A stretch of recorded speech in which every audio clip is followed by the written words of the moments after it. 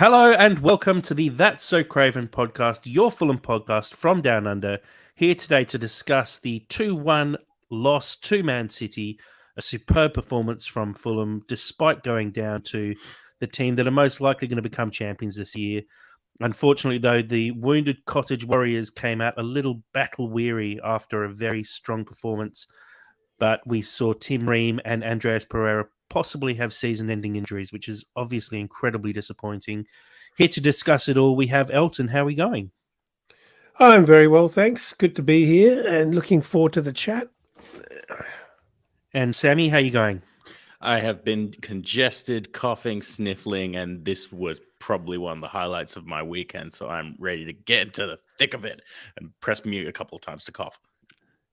I think there's more than a few of us. If anyone who's been watching the live stream has seen me coughing my guts up after a couple of weeks worth of COVID and long COVID, there's a lot of muting going on here. So we'll push through anyway, because like you said, Sammy, it is a game really worth talking about. And it's not often we come on this podcast and talk about a game so positively after a loss.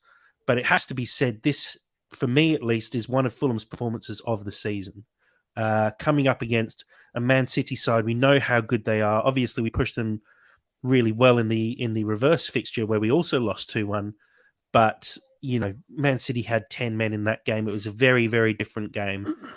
The fact that 11 on 11, Man City so much on the line, chasing down the title, needed all 3 points, and we really gave them a run for their money. Dad, I'll pass to you first. Just your overall thoughts on that performance from Fulham and how good you thought it was. Oh, I thoroughly enjoyed this game, and I know we didn't watch it together, obviously, but we were all talking, and I think it was very early on in the first half where I was really already into the fact that I can kind of see how this could be going, particularly having gone down so early, 1-0 down so early. But it was thoroughly enjoyable because we were so up for it, and we wanted it, and we were, very very keen to show our very best, and I think we did that.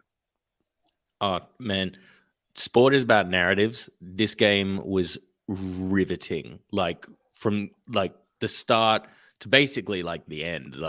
This was end to end, just so much drama, just so much intrigue, immaculate storytelling, and just there was so much jeopardy going on. I'm not sure how much jeopardy there was, but it was definitely a game where we saw Fulham really push hard, and it's a different Fulham that we've seen in the Premier League for a very long time. A Fulham that, you've got Kenny Tete going head to head with Grealish. You got Toast, Diop, and Ream all over Haaland, and really keeping, the record goal scorer for all time in the Premier League for a single season at least, keeping him quiet for the afternoon. It's not often that a team is able to basically shut Haaland out of the game. He had a handful of chances. Obviously, he got on the score sheet, but that was purely through a penalty. And, Leno made a couple of very good saves, but really for someone of the quality of Erling Haaland, he was kept incredibly quiet by a defence that was kind of thrown out after Tim Ream went off injured. The fact that we were able to put in such a good performance when we lost 2 players in Ream and Pereira throughout the game just sort of elevates it for me a little bit more. We've seen some really good performances through the season. We saw us, dominate Chelsea. We've seen some just general great performances and great football from Fulham this year, but this one just felt a little bit different, where we were really fighting hard, and you could tell the guys were really up for it, and they put everything on the line and they left nothing out there on the pitch. And it is a sign of how hard you fight when you do have a couple of players injured during the game, because people were just putting bodies on the line. Pereira's challenge that, we'll talk about his injury a little bit later, but the way he went in for that ball, and, that was just a guaranteed head clash. But he went for it and didn't pull out of a tackle, and no one shirked any tackles on the day. everyone went in full steam ahead and hard, but also quite fair as well. I'd say it wasn't a dirty performance by any means. It was just good, hard football. Dad, let's have a look at the game itself, and obviously that penalty early doors from Haaland. Let's talk about that one. Your thoughts on the penalty? Firstly, was it a penalty? Look, I think I think it is, but I do feel that Alvarez played it quite skillfully. I think Ream committed fairly early and kind of couldn't pull out of it. He didn't just throw a foot in there. I think he was actually first to the ball, well, to being near the ball. And Alvarez, at light speed, spotted the opportunity to keep his momentum moving forward, and drew the penalty, if you like. So yeah, I think it was a penalty, but I think there was some brilliant positioning of Alvarez's body there. Mm. Yeah, it has to be said that Alvarez did very well to win the penalty there. It is a penalty. Tim Ream does make contact with him, and I think it's really hard to overturn that. It's quite a soft penalty, but at the end of the day, he does nick the ball away first. He does make contact with Tim Ream. There's not a huge amount of doubt in that one for me. I think that would get given a penalty 99 times out of 100, and people would be up in arms if that didn't get given on the day. Yeah. Sammy, you love Haaland as much as anyone. You think he's incredible.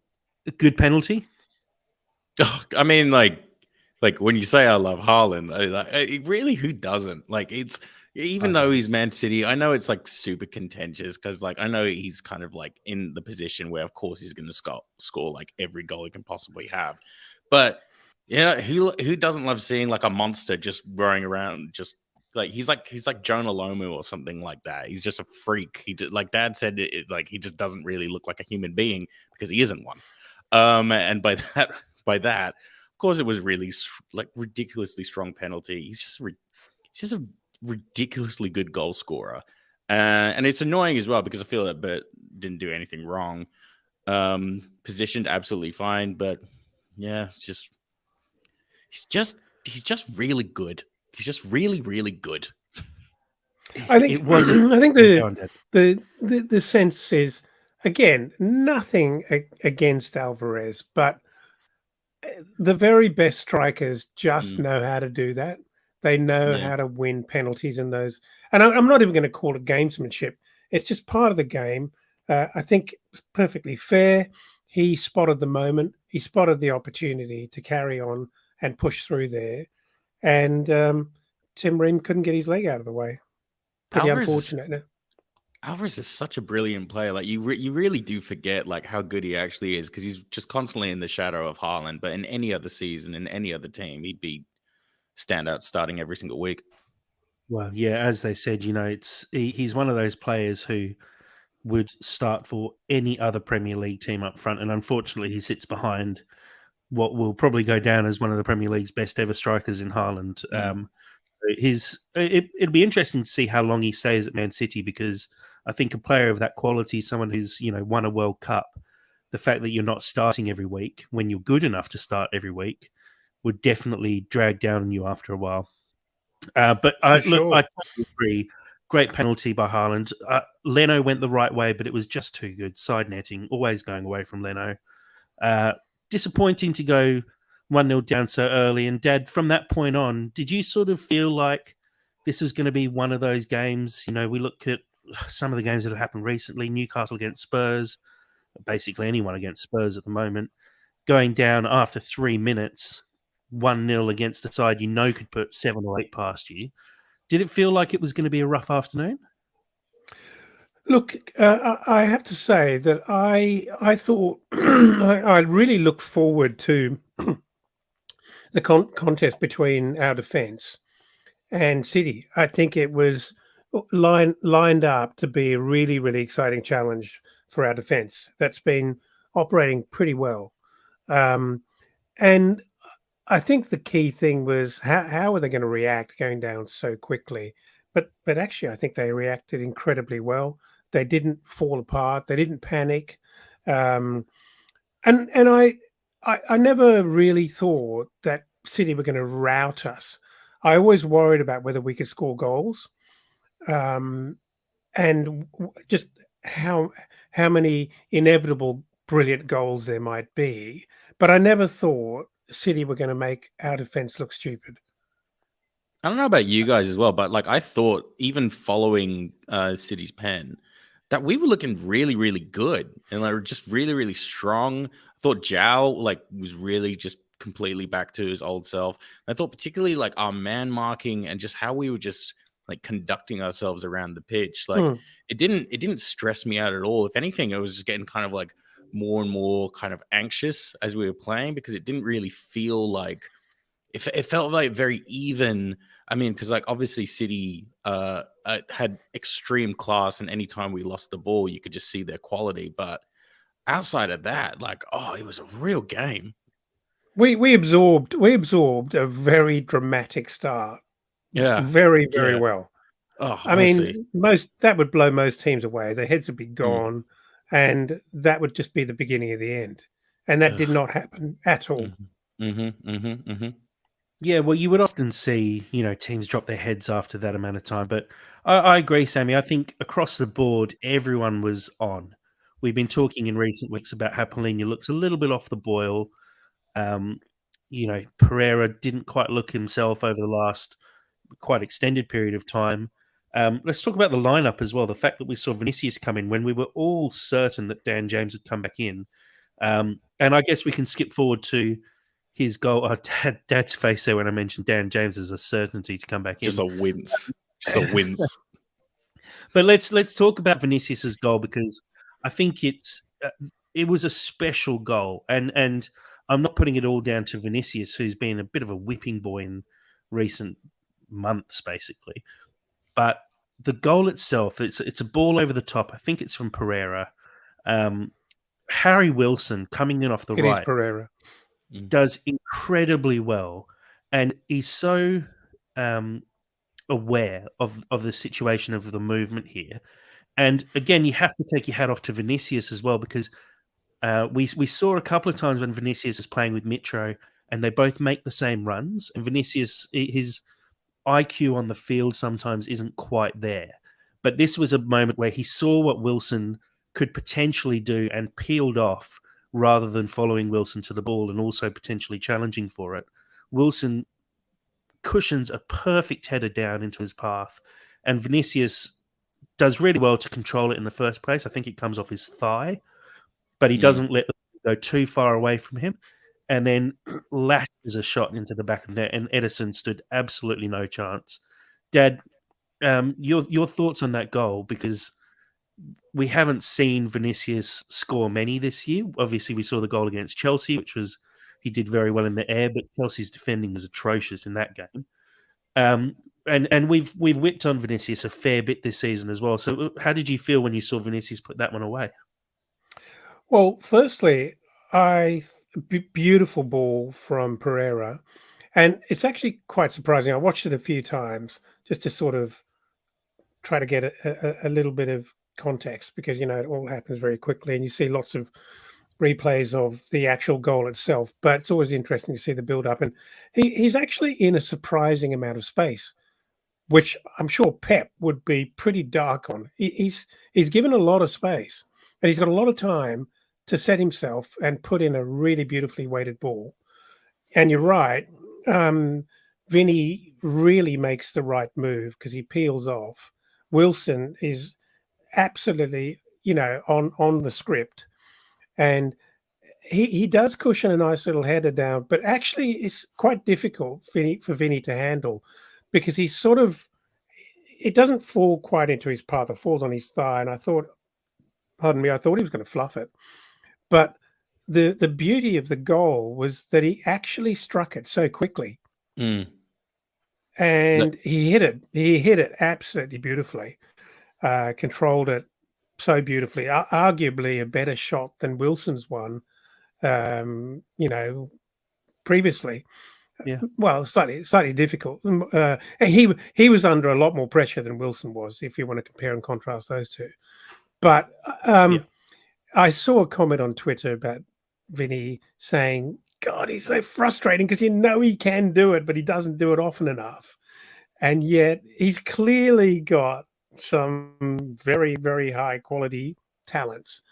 And I thought, as Jack commented on Twitter, Jack's, Vinny only scores against clubs owned by billionaires, which is about right. But I think we've come to know that this guy is a very passionate member of this squad and very popular member of this squad.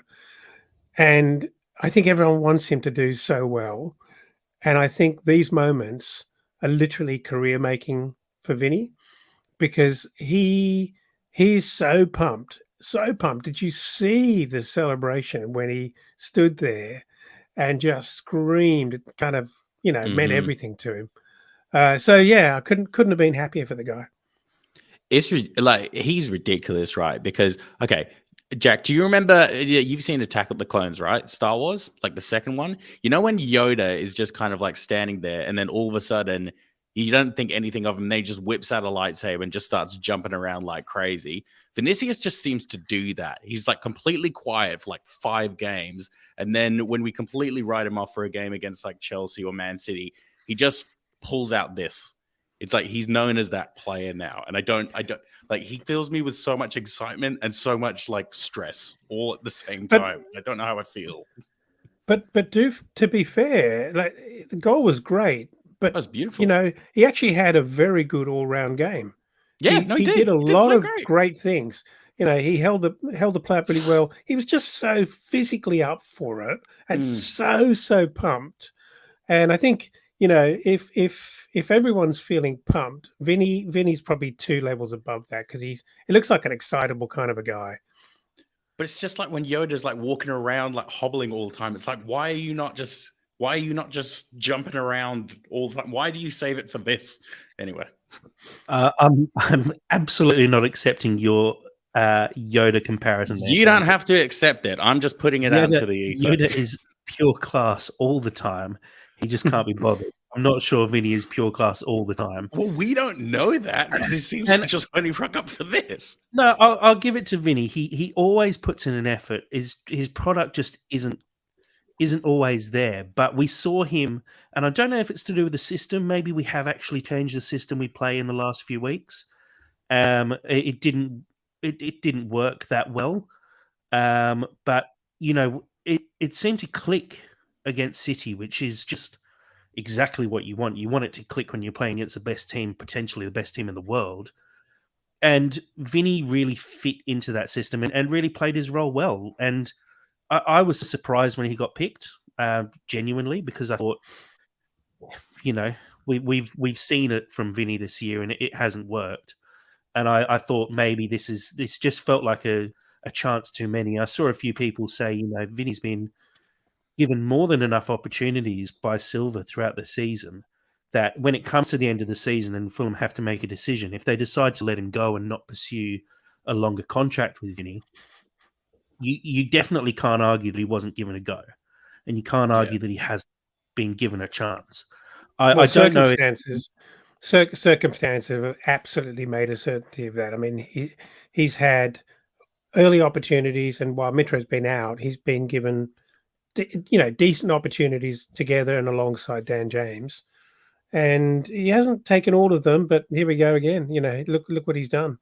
Oh, no, Jack, you go. Vinny's played 21 games for Fulham this season, or made 21 appearances.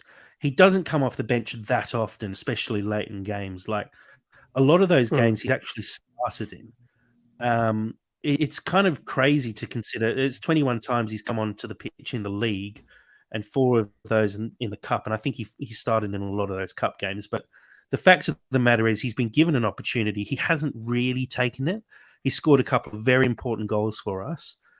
But and look, it's a conversation to get in post-season about if is the long-term future of our striker backup. I don't think he is, and I think we definitely can say we've given him enough of a chance to make his mark on the club, and it just hasn't worked out. And he's obviously got talent. We've seen that in the goals that he scored because he scored some belters. The 2 goals that he's scored are going to be incredibly memorable in Fulham fans' thoughts for a long time to come, especially the fact that he was the one who scored the winning goal against Chelsea. He's scored against one of the best teams in the world. Like, he can do it, but I don't think he suits Fulham, unfortunately. But, hats off to the bloke for just continuing to fight and continuing to push. And he always has a really good attitude as well. And I have to give it to him. The fact that even when he's not playing, he's up and around the squad. He's really good mates with a lot of the guys there. He's a good person to have around the change room, I'm pretty sure. So I think that's enough for me. Let's talk about Alvarez's goal before we talk about the second half and a few flashpoints. Sammy, I'll throw it to you because you like to embellish things, but that was a pretty special goal. Oh no, that was just beautiful goal. So with goals like that, it's really hard to. I can't really talk about it too much, just because it just kind of nullified all the good work that was happening with just kind of a moment of class that can only come from a truly special player, which I actually believe Alvarez is. Again, we spoke before about him just not getting the shine that he needs, but it's just beautiful, a really beautiful goal. I almost don't want to give him the full credit for it because it's a City player, and this is a Fulham podcast. But excellent goal. I think Bert Leno does everything that he needs to. He's got 5 players on him, so I can't say it's not like we weren't doing anything and just allowing him to have space. He creates space out of nothing and just pulls that. It's partly frustrating, but if you're a fan of the game, then it's a beautiful goal. Yeah, Dad? Yeah. No, Yeah. I'll just chip in there quickly. Sorry. I feel go, Jack. Potentially we could have done better to stop him getting the shot away. There, like you say, there are 5 men around him. We put in a couple of kind of weak tackles and don't really just put the boot through and get rid of the ball and tackle him. He takes a pot shot and it's a perfect pot shot. I remember looking at it first time and thinking, oh, is Leno a little bit too far off his line? But when you see a couple of the replays, I think even if Leno's in the goal mouth, he's probably not saving that because it really is just sneaking under the crossbar in the top corner. He hits it well. He hits it fast. There's not much you can do about that. Dad, your thoughts on goal, and is there a chance that we could have dealt with that better? Well, I go back even a couple of steps, not phases, but a couple of steps further, and it begins with Tosin, who it picks a fairly ambitious pass, and he plays it up to Wilson, who is kind of under a lot of pressure and loses the ball, gets bundled off. There's some contention as to whether it was a free kick or not, but I think Wilson got bundled off it a little bit too easily. And from there, they get the ball, pass it into midfield. Pereira has a first go. Sorry, not Pereira. Joao Palhinha has a first go at actually tackling him, and he kind of overruns it, and then dives in. Not dives in, I shouldn't say that. He then has a second go at trying to take the ball off Alvarez and can't get it away from him. Alvarez does really, really well to actually make something or create some space under a lot of pressure. So it's incredible skill to just create the space when he's got Palhinha having tackled him twice. So fair dues to the guy. We don't need to go on about the shot itself because that was very, very, very top draw. But yeah, look, I think sort of on any other day, Palhinha probably does a bit better there and takes the ball off him, or at least holds up play. He might have caused a free kick with one of his very intense challenges. But Belenia got brushed off twice before Alvarez found a moment, and like all great players, the world seems to stop and go in sort of slow mo as they're teeing the ball up with one look into top bins and slotting it away. But yeah, yeah. I mean, it's a superb goal, and you can take nothing away from that. And Mm. you kind of have to tip your hat to it when you concede goals like that, and just go, that's the quality of the team that we're playing against. What can you do? And look, that was 2-1 at that point. Going into halftime, I think it felt pretty confident. You could see Pep was giving a team talk to the Man City players before they came out of the cottage, and I think they didn't realise quite the fight they were going to be up against when they played Fulham. You look at the team, no Mitro, no Willian. It does make a big difference. And we went into that second half, and there's a few flashpoints to talk about in that second half. So, Sammy, you got your hand up for some reason. Go on. Yeah, I do, because we haven't talked about Japolini's two-footed slide tackle in the box. That was absolutely perfect, and I just want that to get the spotlight it deserves, because he is a nutter doing that and it coming off perfectly. I'm not sure if you guys. I don't think it was two-footed. It was a very solid challenge. It was a slide tackle more in the box. That's risky, man. No, it was more of a block, if anything, because he was blocking a cross going in, and somehow, as he always seems to do when he makes these tackles, he manages to keep the ball like attached to his body when he makes a slide tackle, and all he has to do is get back up again and just wander the ball out of the box. He's I mean, we just know he's such a superb tackler, and it's a real skill to be able to actually tackle and win the ball comfortably and keep possession of the ball as well. And he's one of the best at doing it. But the level of urgency yesterday utterly stood up, didn't they? The level of urgency was ridiculous. Oh yeah. Yeah. Second half, guys, a few talking points, as I said. Firstly, just to mention Bernd Leno, the fact that he made a number of really important saves first and second half. Probably for me, man of the match. I think he kept us in it with a really good save from Grealish that he tipped onto the post. Another really sharp save off Alvarez in the second half where he gets down low. Some talking points, though, that were maybe a little bit more controversial, and I'll throw to both of you on this. A couple of penalty appeals for Fulham in the second half. First one, Vinicius. There's a bit of a defensive mix-up. The ball sort of falls to him just on the edge of the box. Ederson gets down, and there's a bit of a flurry of arms and feet. Manages to get his hand on the ball and knocks it away from Vinicius. Sammy, for you, is there a penalty there? At the time, I really wanted it to be. And I was convinced that it was. But upon rewatching the replay, it looks pretty legitimate. Because the whole time Ederson is actually just touching the ball, and he's not really actually touching Vinicius. If anything, the ball is very wedged between both of them, and I think Vinicius actually trips over the ball that Ederson's holding up and just flicking out with his. I think Ederson actually he did very, very well there, because it looks so clearly like a pen from the outside play. I thought the ref did a really good job all game, actually. But yeah, that's. Into it. But Dad, I assume. Well, we were talking at the time, and at first glance, it definitely looked like a penalty. But the camera angle was camera was very, very zoomed out. It was a really long shot. And all you see is Ederson's hand going down and Vinicius going over. So the immediate assumption is that he's tripped him. But that's not what happens at all. Ederson somehow brilliantly almost has like a bionic arm that just seems to keep extending further and further. And you're thinking, he can't possibly reach the ball. And he does just that, grabs the ball, pulls it back in towards Vinny's feet, and Vinny trips over the ball.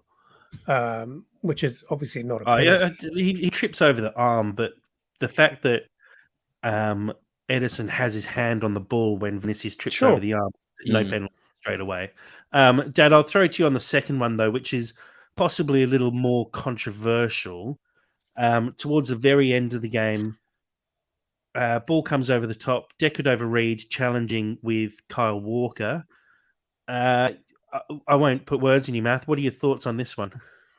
Well, I've actually reconsidered because we talked about this when it happened. We looked at the replay, we chatted about it, and we both agreed because from one camera angle, um, Bobby's got he's got him in a headlock, right? And so it looks extremely bad, like Bobby's actually pulling him down. If you look at another camera angle, they're both obviously quite physically connected as they're going in to try and get the ball. But I actually think Bobby's being pulled to the ground. I actually think he's being pulled to the ground.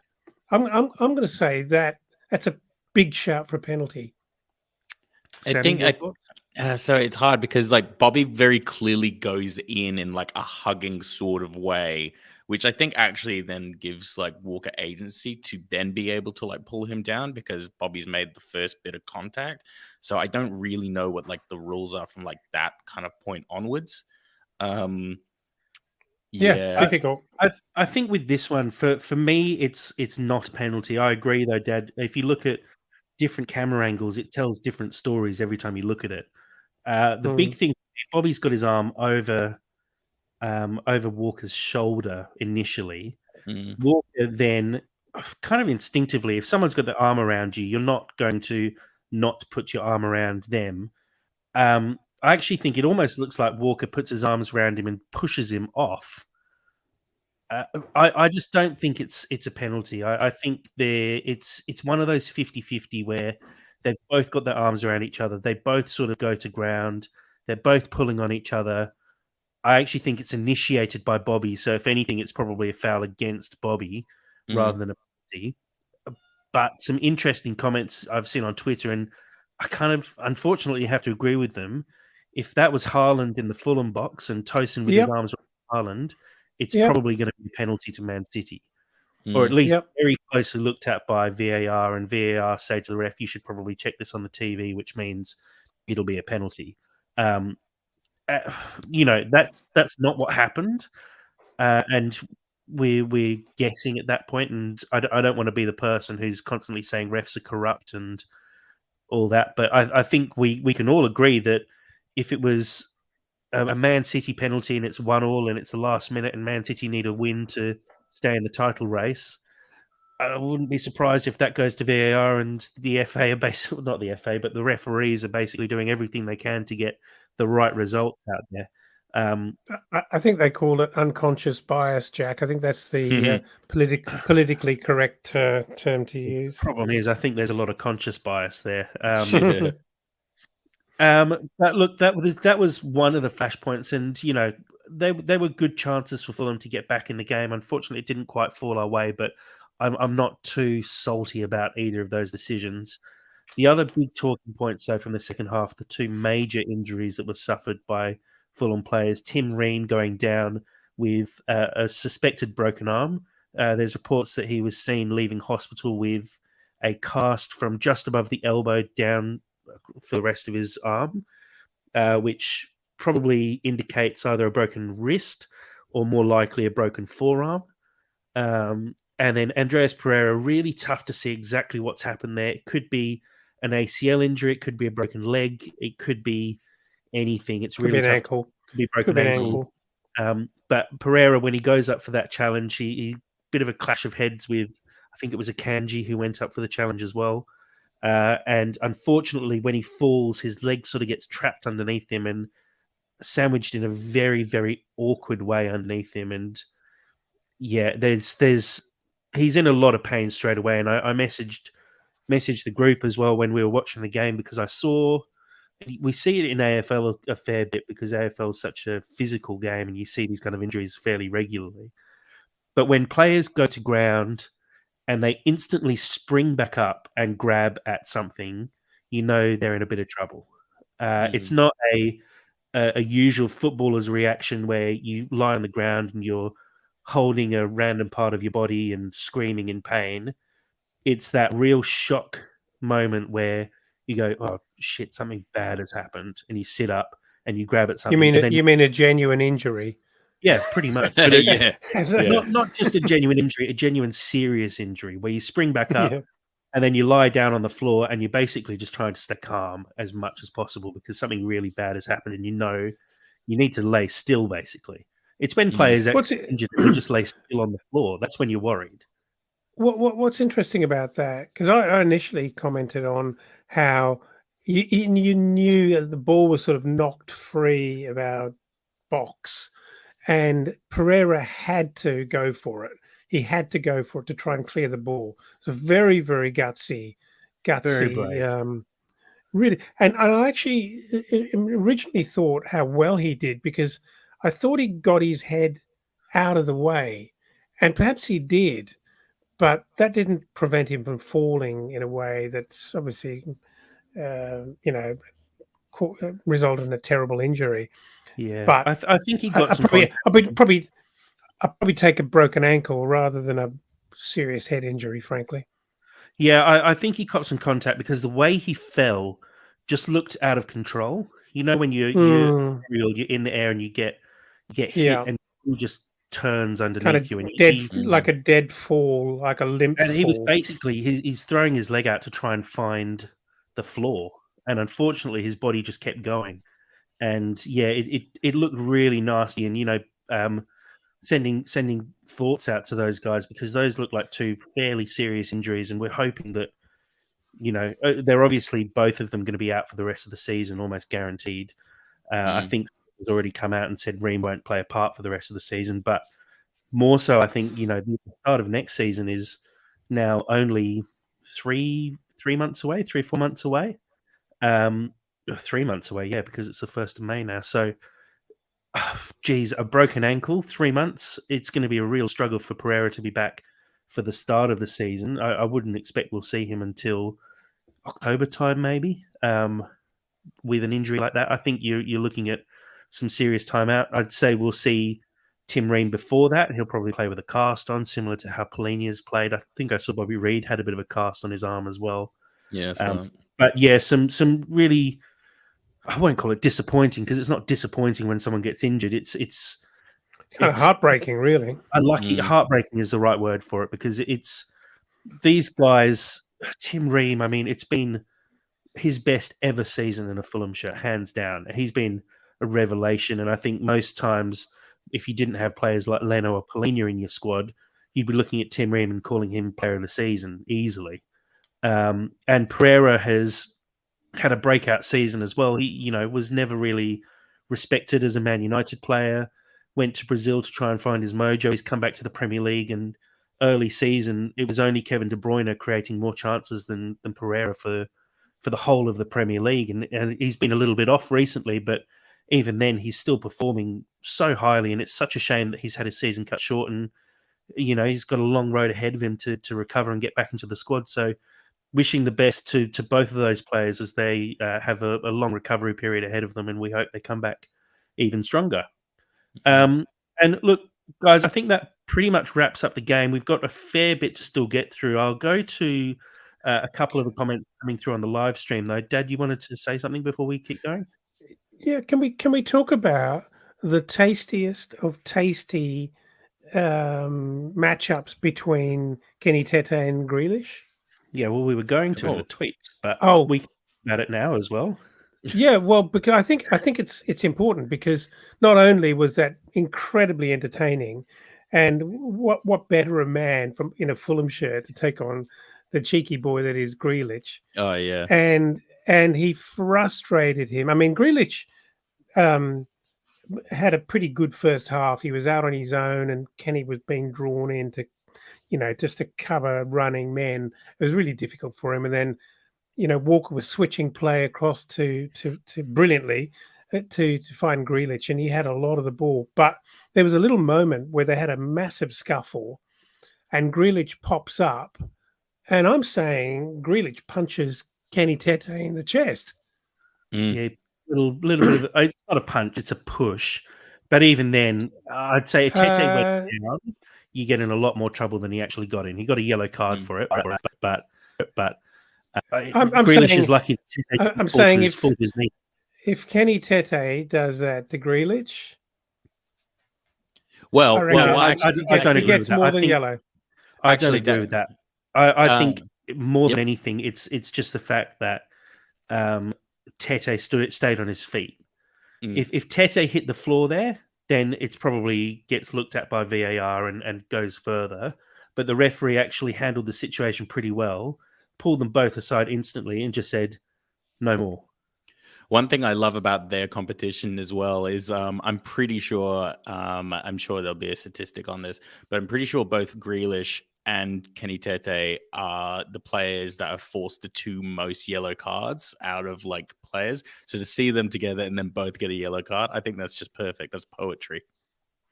Possible. I'm not sure if that's a genuine stat or not, but Tete's definitely had the most red cards, I think, against him of any player in the Premier League this season. I think it wouldn't surprise me if Grealish has picked up the most yellows against him as well. So, um, yeah, it was a really good fight between those two players, and um, Tete had a really good game, and I think he really enjoyed the challenge of Grealish, and he really enjoys playing against someone who he can wind up a bit because he puts in strong challenges that are Hmm. strong but fair most of the time.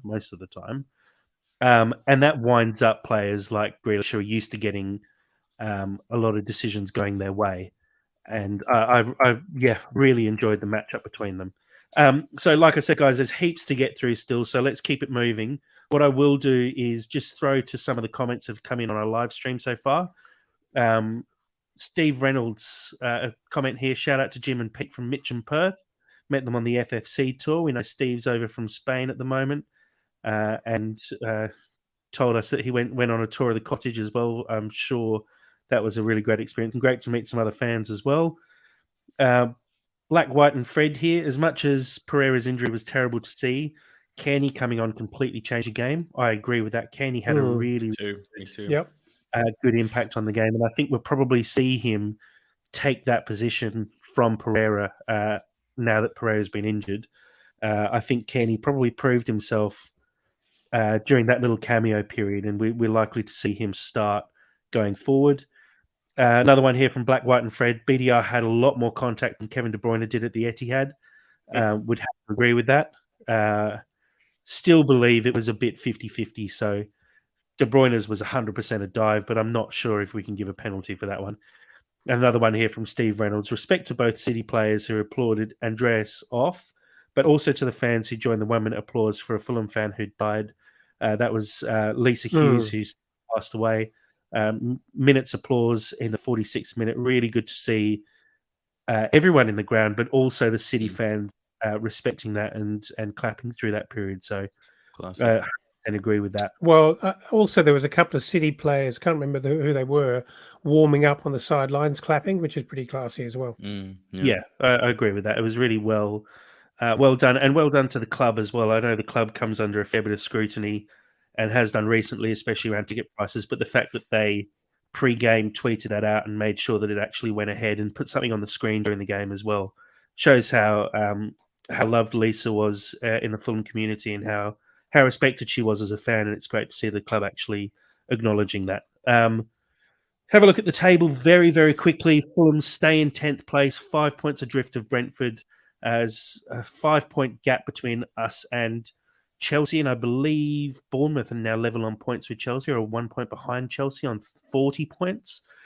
Fulham sitting in a weird little spot here, 5 points behind Brentford, 5 points ahead of Chelsea.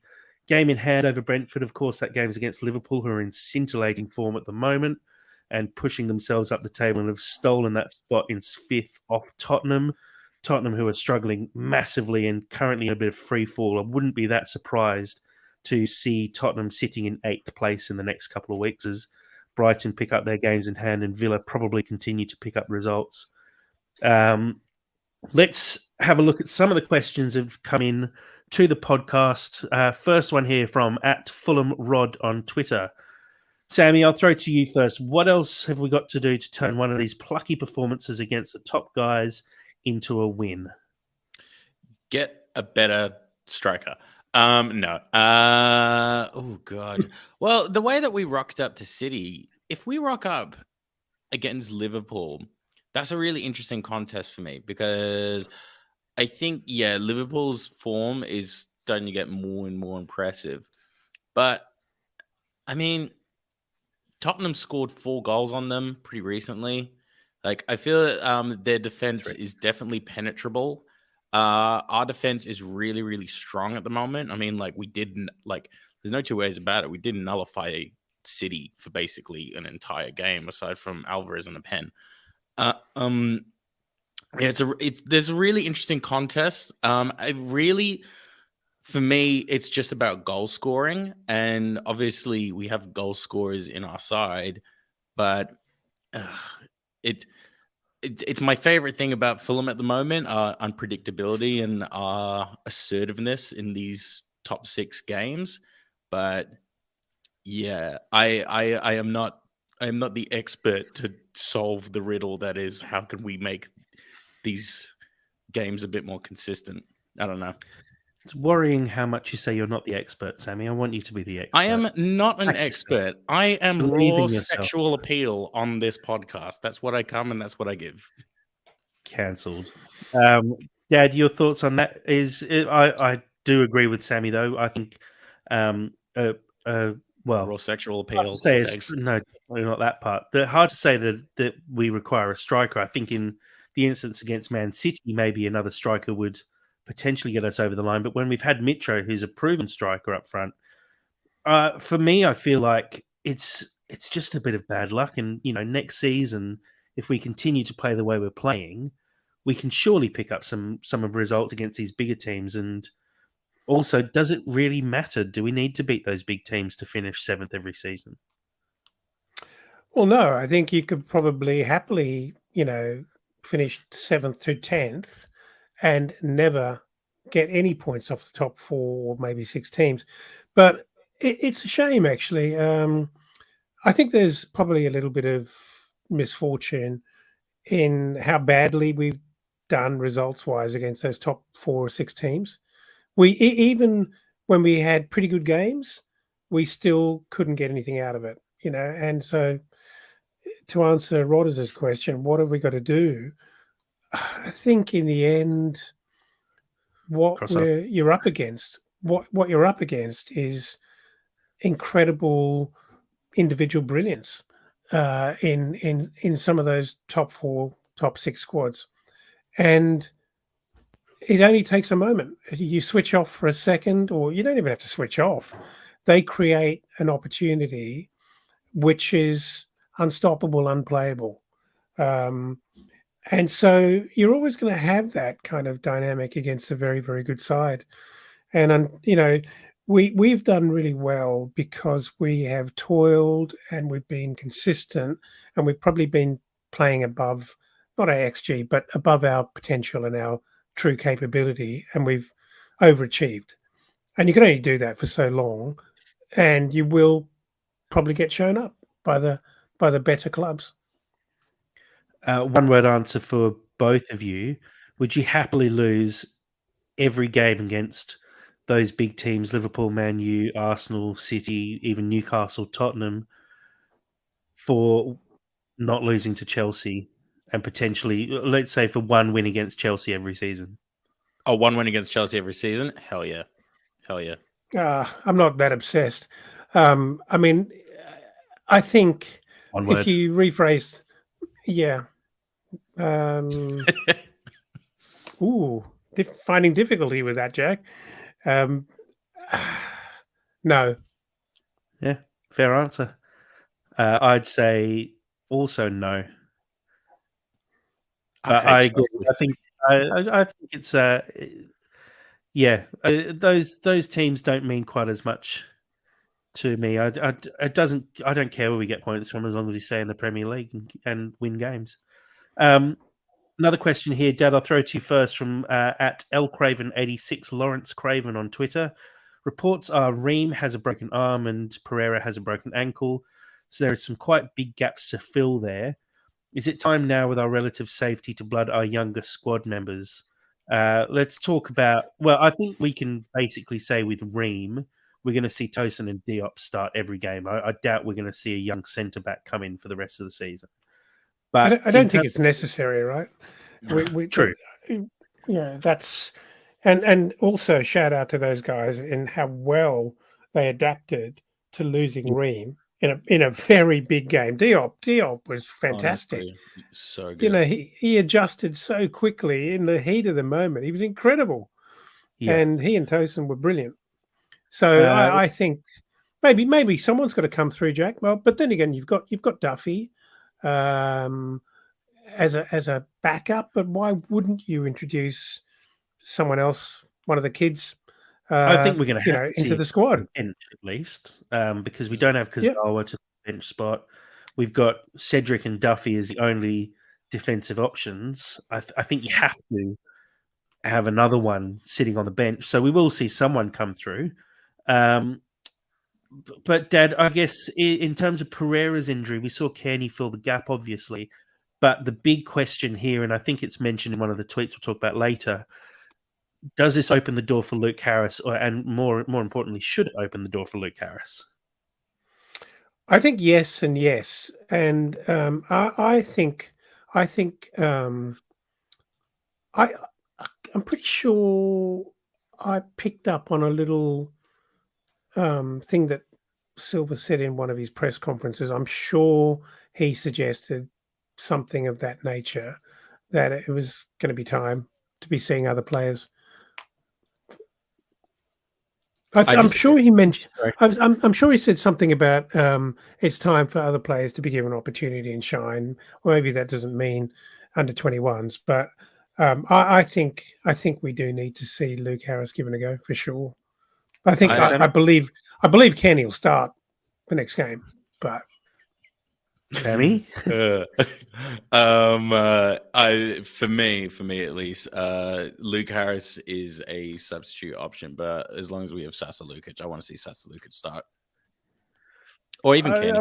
sure Lukic fits that role quite. I think Or Lukic sits deeper, and I don't think you'd push Reed. I mean, we've seen Reed actually play a little higher up. I don't think it worked that well, but we've seen him slot into that spot before. So maybe it is that Lukic comes in deep and him and Reed basically rotate through the game as to who sits higher up. But look, I agree. I'd like to see some youth come in at this point. I think we kind of again, and it's similar to how we saw Vinicius and Dan James get their opportunities. We're forced into a change, and I think Silva to actually make a decision sometimes needs to have his hand forced a little bit, and this is an opportunity for someone like Luke Harris, who's been performing so well, to get his opportunity. I agree, Jack. Final question here before we move on to some of the top tweets. This is from at Jack Stanley 86. We had Jack on the podcast, and I went on the Newcastle podcast early this season as well. Jack says, "Can you do Newcastle a favour and take points off Liverpool this week?" That's my question. Sammy, I'll throw it to you. Is there a possibility that we take points off Liverpool this week, considering we're going to have no Mitro, no Willian, no Ream, no Pereira? I mean, stranger things have genuinely happened. So, like, I don't. Of course, there's a possibility. There's always a possibility. I think, in moment like losing Ream is one thing. Losing Pereira and Ream in the same game is another thing entirely. But we never dropped our heads. We played to our strengths, and we didn't come away with the result that we wanted. But we still played excellently, and I don't see why there isn't a reason why we can't take points off of Liverpool, or even just take them to a draw. I don't think they are fully impenetrable. Dad? Ooh, this is like a World War One battalion that's just been smashed. You know, we are very depleted, and I think we can. I want to be optimistic, but gee, we're depleted in really key positions. It's not like Tom Kenny can't stand in for Pereira, because I don't think Lukic is ever going to play that position. And it's not like Issa Diop can't replace Ream, because he absolutely can and will, and he did yesterday. But still, there's just a gouging of depth, and we will have to be remarkable to, prevail over Liverpool. I hope we do. Again, I'm not worried about our defence, but how we actually control and create things in the midfield and how we score goals is not exactly a slam dunk right now.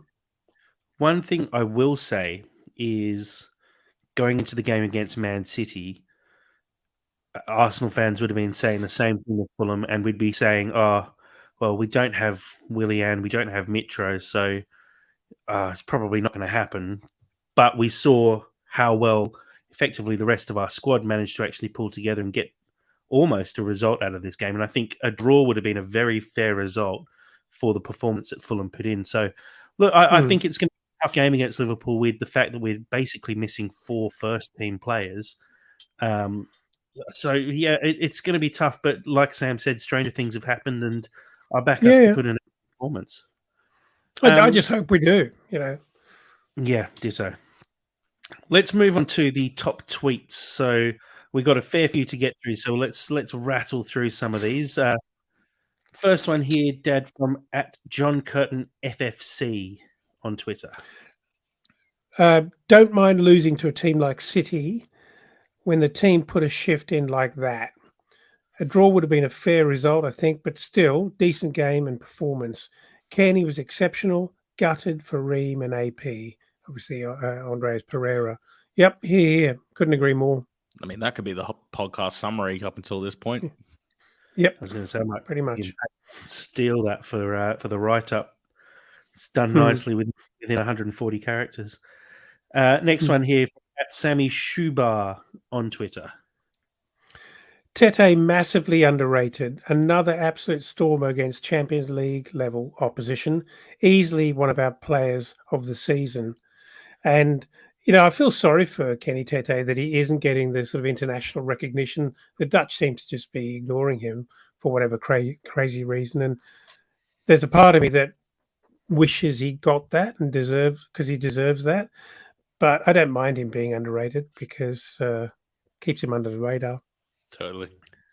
Yeah, I agree with that. He's massively underrated at the moment. I think, people cream their pants over Alexander-Arnold and Trippier and talk about how great these guys are because they get a handful of assists through the season. But the fact of the matter is, the defender's there to defend, and Tete is just one of the best defenders one-on-one that I've seen. He manages to always time his tackles really well, and we saw it. He had Haaland on him a couple of times and just didn't let him get past. Had Grealish on him, who's in really, really good form at the moment, and is known as someone who one-on-one takes players on and beats them.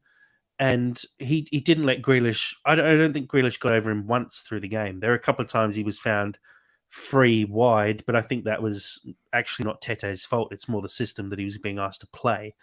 I agree. Tete is massively underrated, and we're lucky to have someone of that quality playing for us.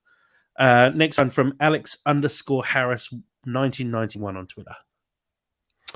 Superb performance from the boys. Went toe-to-toe with the best team in the world and deserved at least a point. A nice cameo from Tom Kearney as well. Yeah, look, there were a lot of tweets of this sort of theme, and obviously we totally agree with that. I don't think there's any question that Man City are, if not the best team in the world, arguably the best team.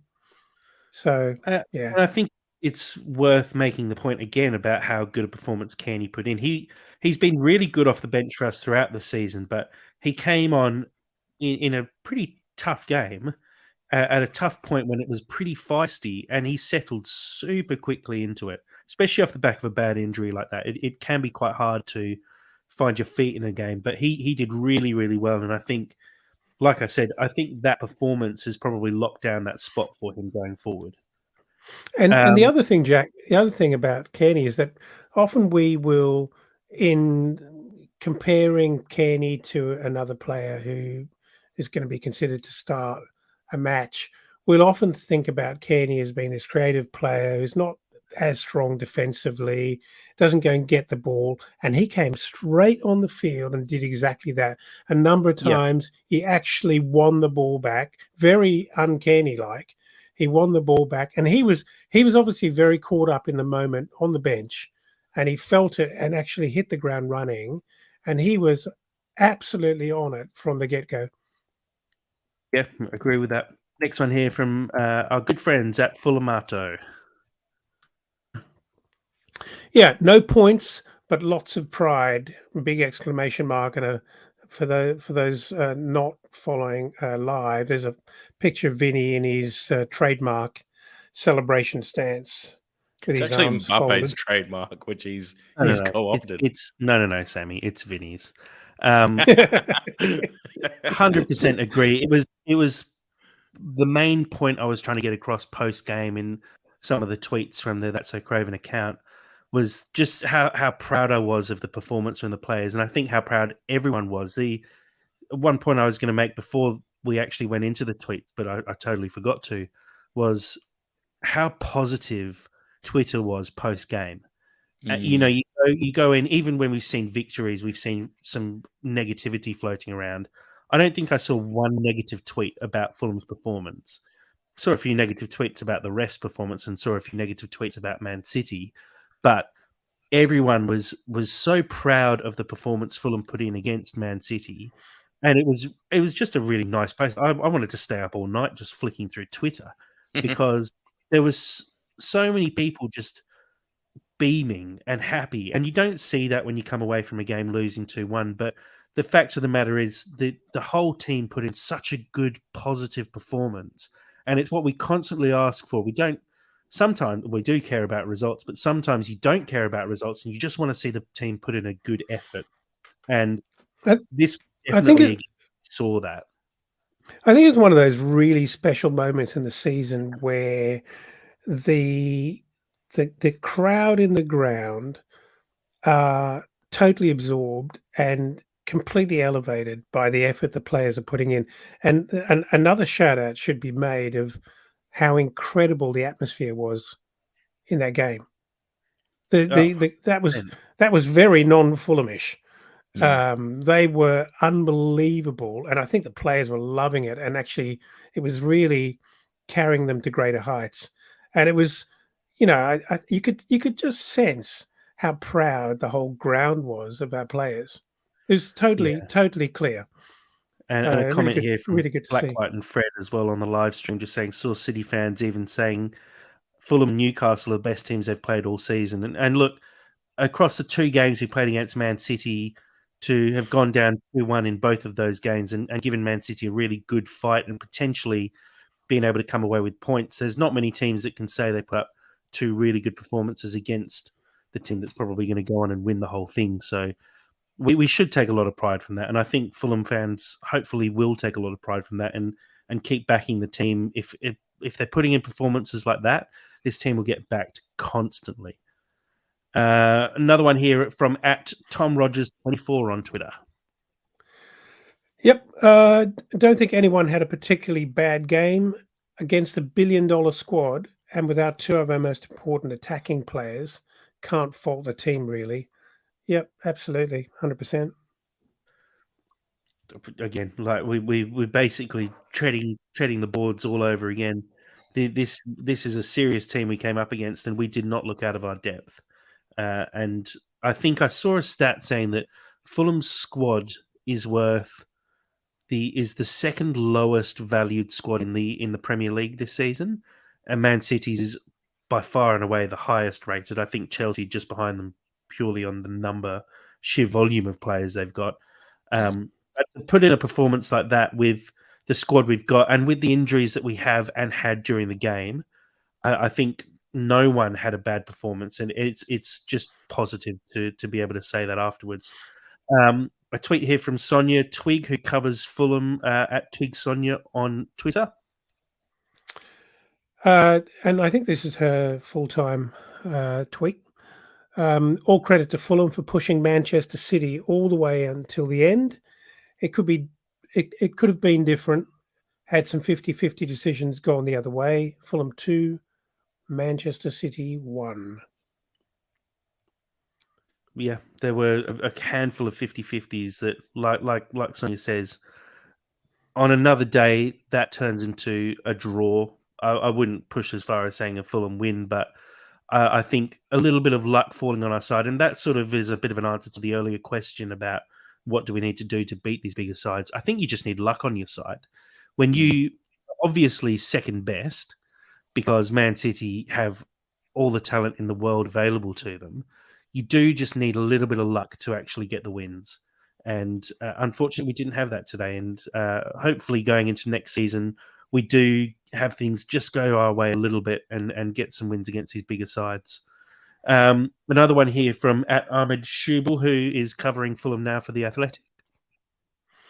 This clearly isn't a team on the beach. The way they fought, even after that early sucker punch of a penalty, showed that. It can be easy to get demoralised versus City when they're popping passes about at will. But Fulham stuck in and gave a good account of themselves. Yep, I think that's perfectly fair. And look, it was something that Marco Silva got quite animated about during the week in one of his press conferences, where he sort of lashed out a bit and really pushed back at the thought that Fulham were on the beach effectively, and really wanted to make it very known that Fulham were not on the beach and Fulham were pushing to finish as high as possible, which I think is why we haven't seen some of the youth players make appearances, because he genuinely seems to be wanting to push his team as far as they can possibly go. The only reason now I think we might see some rotation and some of those youth prospects come through is purely because of the injuries we've got, and the fact that now we're just having the pack pull away from us a little bit. And I think if we do lose against Liverpool, it's possible that it's a little bit too much for us to pick up potentially 8 points to then get back into any kind of race with 4 games to go. Final tweet here. This is a good one from at Lewis FFC, who is a prolific Fulham tweeter. So there's, for those not following live, there's 4 pictures on the screen here: a wallet, phone, keys, and a kind of chest shot of Erling Haaland. And it says Tosin Adrabaya emptying his pockets after the City game, which is quite amusing. Obviously, a reference to having Haaland in his pocket all day, which I think is quite nice. I loved you explaining that joke. That was great. And to be fair, he did have Haaland in his pocket for most of the game. I have to say that, you know, Tosin is someone who's come under a bit of scrutiny on this podcast and across multiple other podcasts as well for not quite being at the right level. But this season, he's definitely proved himself to be a Premier League defender. And his performance against Haaland, a couple of those times, the ball came over the top and he hooked a couple away out of midair. He was always in the right position. He was always moving around and following Haaland and getting his head to the ball. I thought Tosin had a really good game and has, to be fair, had a really good sort of month or so, or however long it's been since he's been in the side. He's really impressed, and I'm hoping that he continues to do so and he does sign a new contract and we get him for a bit longer as well, because he is a class player. Just to qualify that, you know, I've never thought that Tosin was not good enough. I've always thought, like that pass to Harry Wilson, which is the first in that sequence of play that ends up with the Alvarez goal. Like my previous reference to the Boris Becker program I watched, Excellent. Boris Becker's manager, he said, Boris Becker is one of those people who's constantly poking his finger in the fire just to see what it's like and whether he's going to get burnt. Just stimming.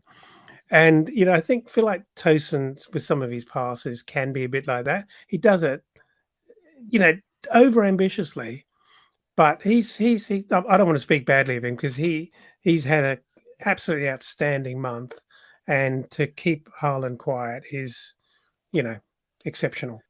You have put the truck in reverse there, Dad, and all the gears are crunching as you're trying to back out of that one. But No, no. I want to hear about Boris Becker at any given moment in this podcast at any No, I given need to time. keep these guys on And track. You guys are uh, shocking. Steve, okay, Eurovision. I'd say there's an opportunity at any just like Liverpool game coming up. There's an opportunity there. Okay, And Sammy, back on track, buddy. Back on track. We need to wrap this one up. And Sammy, for once, you've decided to be prepared and come into this one with something cottage cheese today. What do we got? do you know I've actually have been a little bit more prepared because Dad, the last time he did cottage cheese, he came with a bio and like a spiel, and I remembered when I used to do that. So Tony Khan, the megalomaniac, the insane boy, the guy who has all the money, he's felt, you know what? I'm just going to buy. Actually, I guess he already owns Fulham TV. This I'm not sure if this works. He's going to buy Fox. How about that? And I've been particularly inspired recently by watching Welcome to Wrexham and the trailer for Next Goal Wins. So in this scenario, Tony Khan, he needs content. He needs to do stuff. So he's doing biopics and documentaries a galore. So you just need to decide which player gets either the movie or like the biopic or the documentary. You just tell me the player and what would be the better story of a documentary or a movie for them. All right, okay. So we're going to start off with Solomon or Burt Leno. Who's got the better movie? Who's got the better biopic? Points if you can tell me if it's a movie or if it's a documentary. I thought you said you were prepared today, Sam. I mean, as much as I ever will be. I'm confused, but I think Solomon surely, with his recent history, has got an incredible biopic and an amazing story to tell. Has he not? I think so, Yeah. but I do like Burt Leno's kind of you threw me out and I'm still just as strong as I ever was. I think that's a nice narrative. And I agree there. That sounds like his first hit single. I think, yeah, I was going to say it's a Kelly Clarkson one, isn't it? I'm pretty sure that's Solomon for me. His whole career so far is a bit of a story, so I think it bodes well. I mean, I'm going to say Burt Leno just because I want to see him do whatever kills you makes you stronger. Tosin or Andreas Pereira? Who's got the better story? Segment, Sam. Pereira? I think, yeah, I'd say Just Pereira. maybe a bit of Brazilian flair somewhere in the story, just to spice it up a bit. He just goes to Carnival. Probably. Can't you see like a gritty biopic of Tosin being like continuously undermined by Elton and then just comes through and just changes his opinions and stuff? That's an underdog story. Not at all. I think Pereira's story is a great one. You know, like I think you ran through the the sort of thumbnail of it, Sam, or was it Jack, by saying, you know, goes to Man United, isn't well respected, goes back to Brazil, tries to resurrect his career, doesn't really happen, comes to Fulham, and is a high achiever. I think that's a good story. Plot of Goal, isn't it? Or Goal 2? The Goal 7, probably. Harry Wilson or Mitrovic? Mitro. Oh, yeah, Mitro. He gets Harry Wilson, but I can't imagine he's the most he's got the most interesting backstory. Small Welsh village, not much more, I wouldn't have thought. Mitro comes from there's got to be some weird stuff going on there. I mean, Harry Wilson's redemption story is the story, and like he's not the most interesting character, but I feel that the story carries him through. It's a bit like how Harry Potter is a bit boring. Like a redemption story where you've got like 95 minutes of nothing and then a 2-minute redemption arc at the very end. I mean, that's so many movies. I feel like it's very hard to criticize that. It's all about the way you write these things.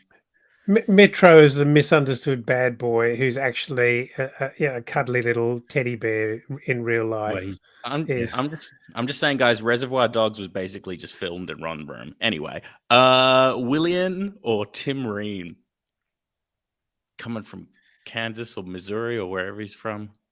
Tim Ream. I think it's that old sports movie, you know, where the old guy is way past it, and his knees are giving way, and everyone thinks he can't do it, and all of a sudden he comes out and has the best season ever, and then finishes with a big leap and his arm up in the air, Oh, and it's a still shot, and the screen fades to black. I It's love the idea of Tim Ream's film being done by John Hughes.